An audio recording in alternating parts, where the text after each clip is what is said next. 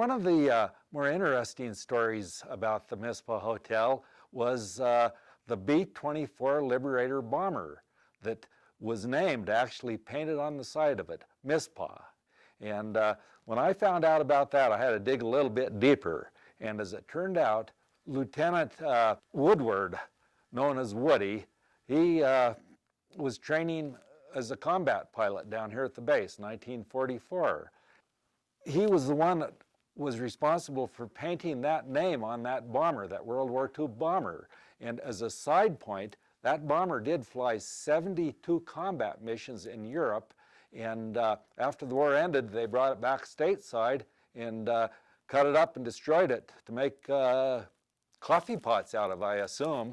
But the reason he named it the Mizpah really intrigued me. And on a telephone conversation with him, I said, well, what was the reason? Was it any religious significance that you named that bomber the Mizpah?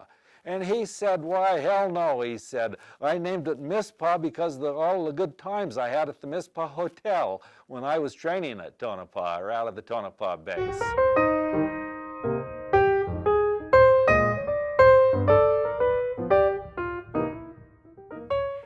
My name's Trish Rippey, and you want to hear the story about the Lady in Red. I'm not an expert on the Lady in Red. All I can do is give you my version of it. From what I heard was that this lady was a kept woman, kept by a rich mining owner, and he had found out she'd been with someone else, came back to the hotel and murdered her.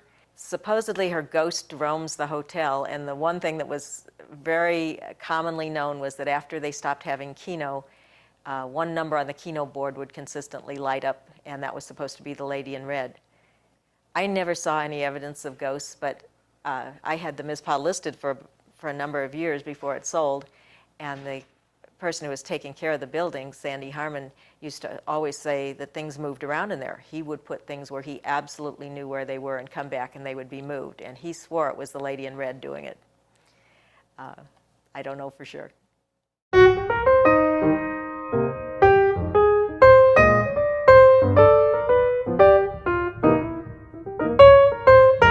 Greetings. My name is Judith Butler, and I'm descendant of Jim and Belle Butler, the founders of Tonopah.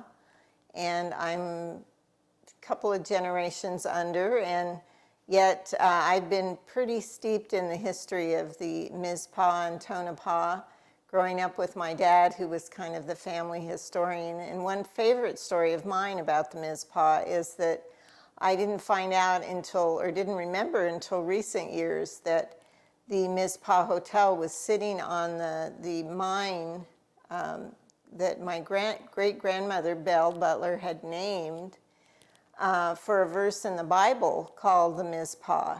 And it was very gratifying to see in all the newspaper articles that it was one of the richest of all of the claims in Tonopah, the one that she had named.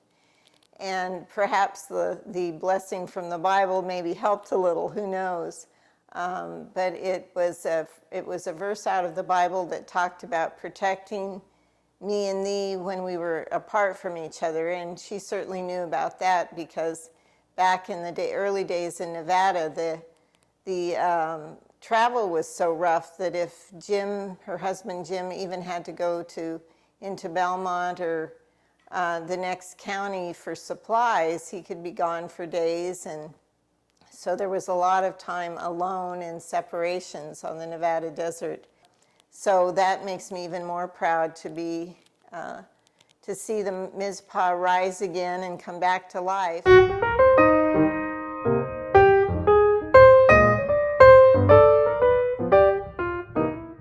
Hi, my name is Lawrence McLeod. I worked on the Mizpah, on the renovation of the Mizpah from '79 till '86, and I have a lot of good memories of that place. When he came up here and started this, there's a mountain here called T Mountain, and it has a T on it in white paint. And his thoughts were, I am going to put a light on the top of the Mizpah and shine it on that T for the people of Tonopah. And he did that. And it shined on the T on that mountain until the time he sold the Mizpah. And I think the town of Tonopah really loved this.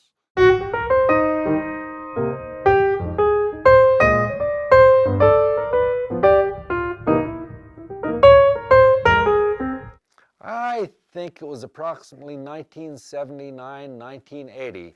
A local mechanic, I believe he had too much to drink, and he mounted his horse, rode it right into the Mizpah downstairs, into the lobby, into the gambling part of the hotel. With the intervention of the bouncer, he turned that horse around, and the bouncer went chasing after him, and behind the hotel in the parking lot swung something at him and knocked him right off that horse. And I can remember him walking around for, it seemed like a month, with cast on his shoulder and his arm in a sling.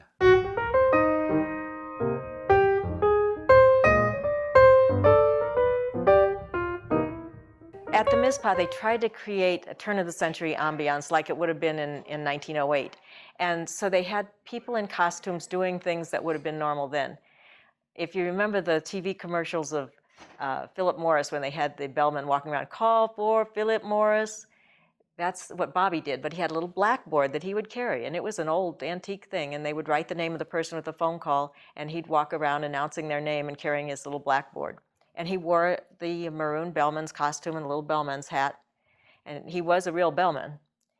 Another thing they did was they had a stage at the end of the bar, and during the day they had a piano, a baby grand piano, and a piano player in a derby hat playing ragtime music, completely turn-of-the-century music, lots of Scott Joplin. And then at night when they had entertainment up there, they had a variety of people come in, but the one that was most memorable was probably Denise Darcel. She was a former Miss France from the 1940s, but her claim to fame was she had been in a movie with John Wayne. And she had to be in her 70s. She wore a tight Mae West sequin gown and can-canned up on that stage. And the men lined up for that too. She was quite an attraction.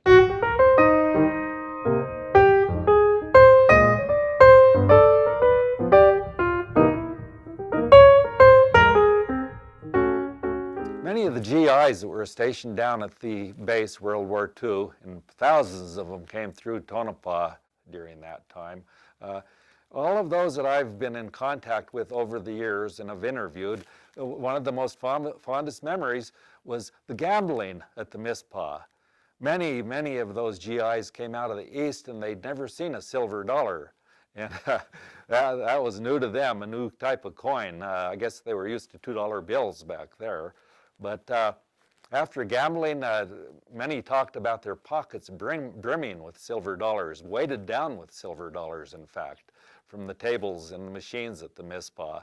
And even down at the old air base, a few of those old silver dollars have been found down around where the old barracks used to be. And I would safely say they came from the Mizpah gambling tables of 1944.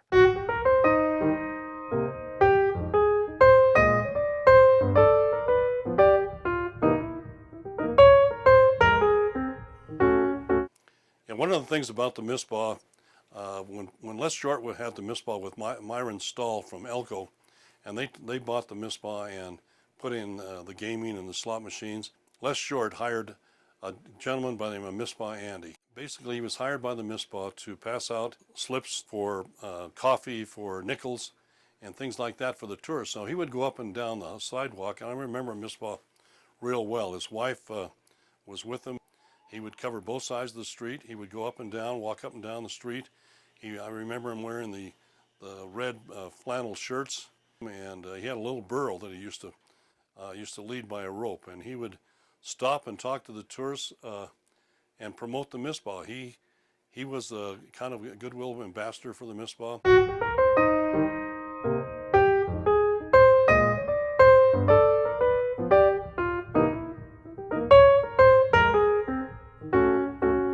Things that we did was go to the Mizpah. We'd eat dinner at the Mizpah, we'd gamble at the Mizpah, and we just had fun. Before we moved here, we would go gamble, and we always went home with 1,000 or 2,000 more than what we came with. We had one friend that came to visit us, only they really didn't come to visit us. They came to the Mizpah, and they wanted to stay in the room lady in the red dress was killed. After the Mizpah closed, they didn't come back anymore. So it wasn't to visit us, it was to stay at the Mizpah. But we really had some good times, and apparently our friends did too.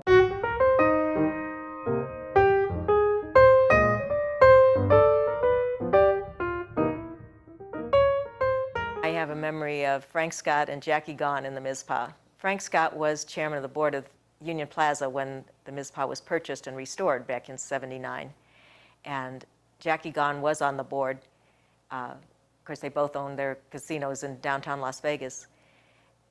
One day, Frank Scott brought Jackie Gaughan up to the Mizpah, and I had lunch with them. We were sitting at the table overlooking the street, overlooking the highway, and Jackie glanced across the street and said, "You know, that vacant lot over there is where the old Tonopah Club used to be, and that's where I got my start in gaming." It was back in World War II. He was stationed in Tonopah at the Tonopah Army Air Base. I think he was a corporal. But he leased the gaming floor at the Tonopah Club. And it was quite a booming place because of all the GIs in town. But they didn't have access to liquor, so he would go back to Omaha, where he was from. He'd have to have all his friends pool their ration coupons to get enough gasoline to get back to Omaha and buy liquor and bring it to Tonopah for the club. He also said that it was very difficult for him to manage that club because they had a 10 o'clock curfew at the base, and he had to be back on base at 10 o'clock and have somebody take over after that. But that's where he got his start, and then it went on from there.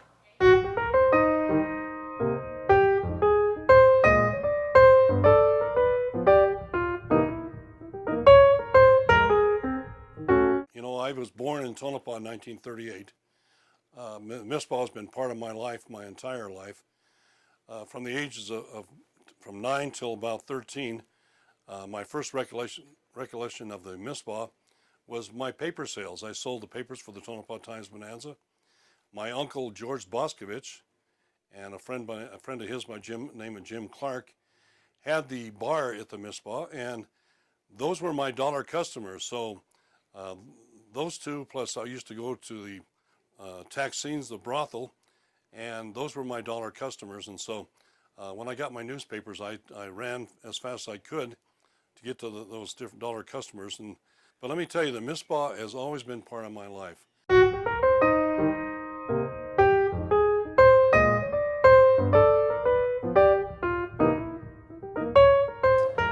And we've always had good times at the Mizpah. After we moved here, it was our 35th wedding anniversary. And we went to dinner at the Mizpah, the Dempsey Room, and they comped us our meal. Well, the entertainer that night was Ella Fitzgerald's son. He was very good. The band played and he sang, and we had to get up and dance. And because they were honoring us, we had to keep dancing and dancing and dancing, and we were worn out. But he finally quit and we could sit down. But it was a lot of fun.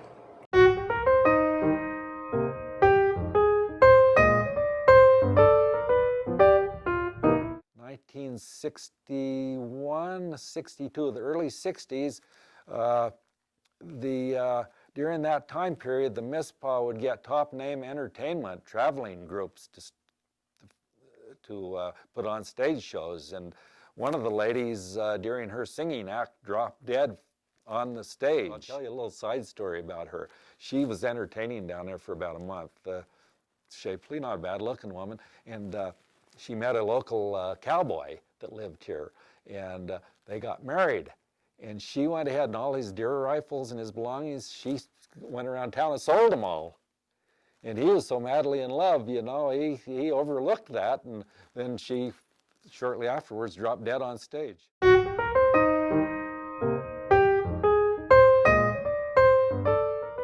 And one little interesting side note in the history of Tonopah is some of the characters that hold up there for a while. And one of them was Wyatt Earp, and I was honored to meet the woman who wrote Lady in Boomtown, which was the life in the rough mining town in the early days of the 1900s.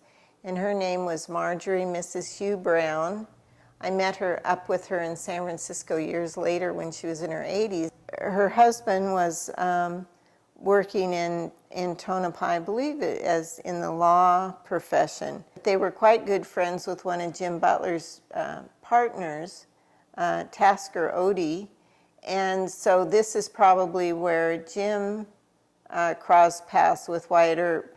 And Tasker told Marjorie that he hired a young man who had just come into camp from Arizona.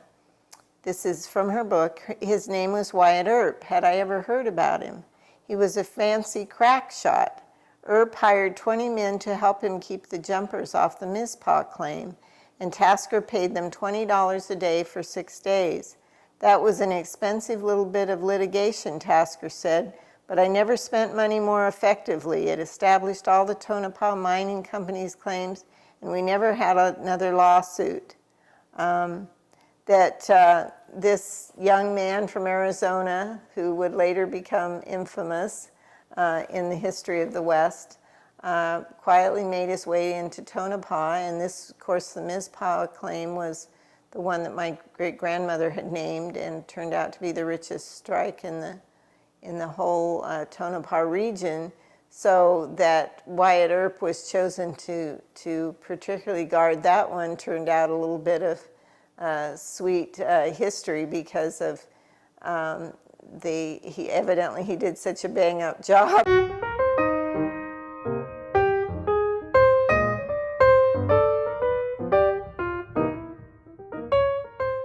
I was working at the Union Plaza Hotel in Las Vegas dealing, and they needed dealers to move to Tonopah to work at the Mizpah. And I'd never been to Tonopah, never heard of the Mizpah, but I tried it and went up there. I thought I might stay for the winter, and 30 years later, I'm still there.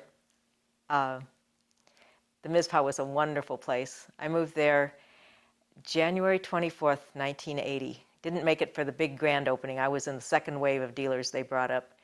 And the first night I was there, I stayed in the Mizpah and woke up in the morning, looked out the window onto the main street, and it had snowed, and the whole town was covered in snow. It was so beautiful.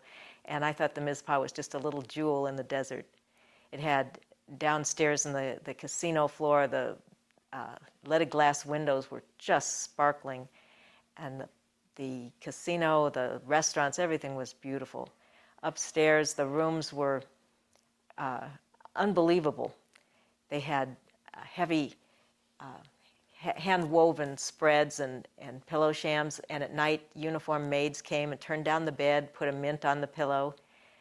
In the morning, they knocked on the door and had a cart with hot coffee and tea, fresh squeezed orange juice and grapefruit juice, and hot blueberry turnovers.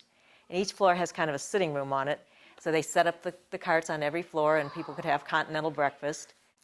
Every day they sent a truck to Las Vegas and brought back fresh vegetables and fruits. So for breakfast we could have fresh fruit compote in a tall compote jar or glass, and for lunch they had wonderful shrimp